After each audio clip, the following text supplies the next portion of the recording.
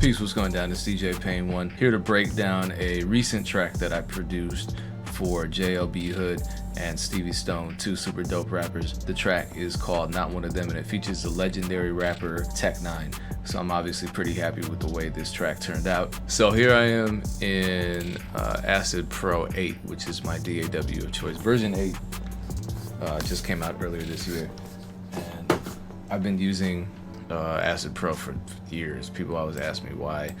I'm going to make a few videos breaking down my process and explaining to you my workflow and why I use this DAW. But I'm happy that the 64-bit version is out. I actually got a new computer, so now I can take advantage of all the RAM. I can open, 10 different incidents of the most taxing VST just because I can now, so I'm having fun with that. I think one of the first things you'll notice about this track, if you've heard the song, is how simple the beat actually is. It's really just based around this 2-measure piano loop that I played.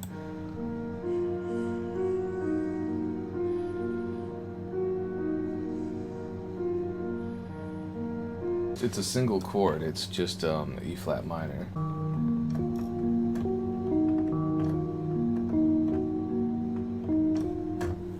I don't remember exactly how I played it, but the main sound is from Omnisphere. Actually, there are 2 layers from Omnisphere. The main layer sounds like this. The secondary layer sounds like this. And obviously I filtered that quite a bit. And I just used the default EQ that's assigned to every track in ACID Pro because, it pretty much serves its purpose. I used it on both piano tracks, just, for simple EQ tasks. I need something fast and effective, so that's what I use. And then I always start with the melodic elements first in a beat, so I layered 2 Nexus sounds over it.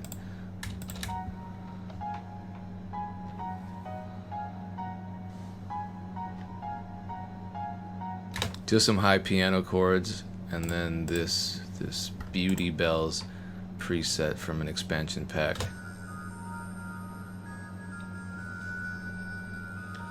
It's subtle, but it really fills out a lot of different frequencies, especially this one in the high registers. This build up here, I wanted to build the dynamic up.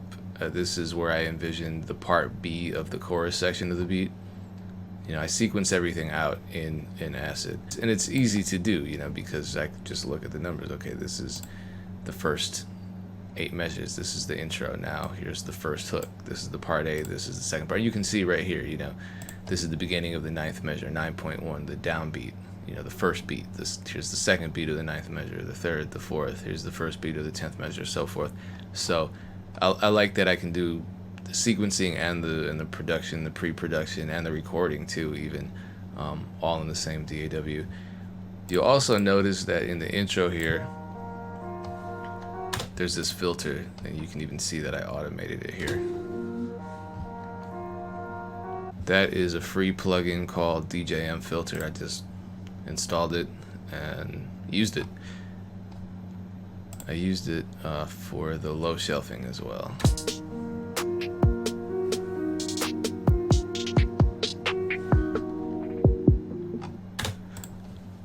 Speaking of free plugins for the bass, and you can see that I used Big White Beats Pro Mix 2 kit for the bass. I just plugged that bass into a free VST sampler called Short Circuit. It's easy to add those glides. You just throw a sample in and you turn the legato on. You can control the portamento and all that.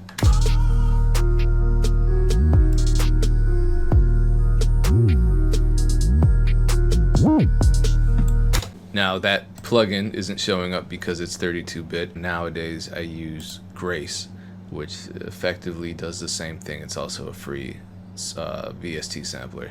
Now obviously there are drums in here. A lot of people ask me how I get my drums so clear, and honestly the answer isn't effects. It isn't these crazy engineering techniques, because I'm not a great engineer at all. I never would say that I am. It's just using good, clear sounds that are sonically strong. So this kick, for example, it punches right through the mix. There's not much low end to it. It's a lot of punch, because if it has low end tonality, it's gonna conflict with my bass line.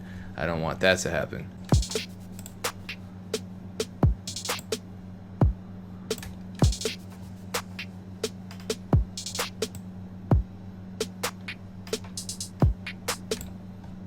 The drums are simple, but these hi-hats here, let me explain. So you'll notice that they're not landing right on the grid. So what they are is, it's these 4 30-second note triplets. So if I change the grid markings to 30-second note triplets, I can program those pretty easily. I just paint them right on. So that's what I did. I'm erasing, now I'm painting back on. But I wanted to add a little more personality to these so they don't just sound like that. So right on my keyboard, I love this shortcut. I just hit the minus key to lower the pitch. Every time I hit the minus key, the pitch is reduced by a semitone. Same goes with the plus key. If I keep hitting plus, now I'm back to minus. I wanted the 4th hi-hat to be really low, so I went all the way down to -11.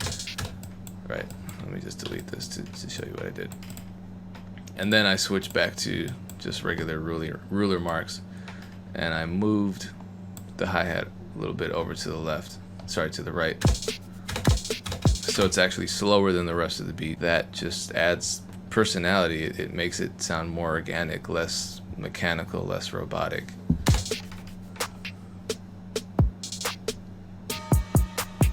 And then when I want the dynamic to sound fuller, the whole beat, then I add an additional hi-hat, and this is a constant pattern playing at 16th notes, and those are also offset slightly to the right. And of course you have the signature roll-in sound. Where is it?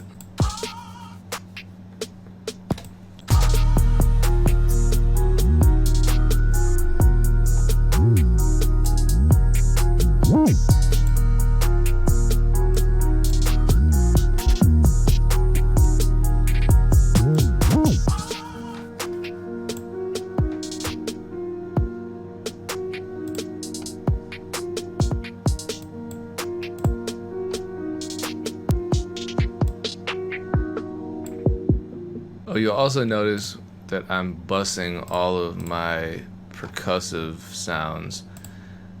This is not engineering advice. As I said, I don't consider myself even close to being an engineer. But what I did add to these drums, another free plugin called Magix ACID, and I just brightened up the highs.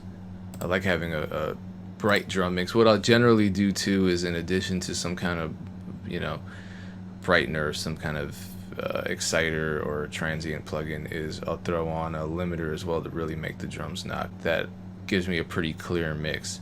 So pretty simple beat that turned into a pretty dope song, all created here in Acid Pro 8 by Magix. So stay tuned, because I'm going to post some more videos breaking down my workflow, and people ask me, like I said, why I use this DAW.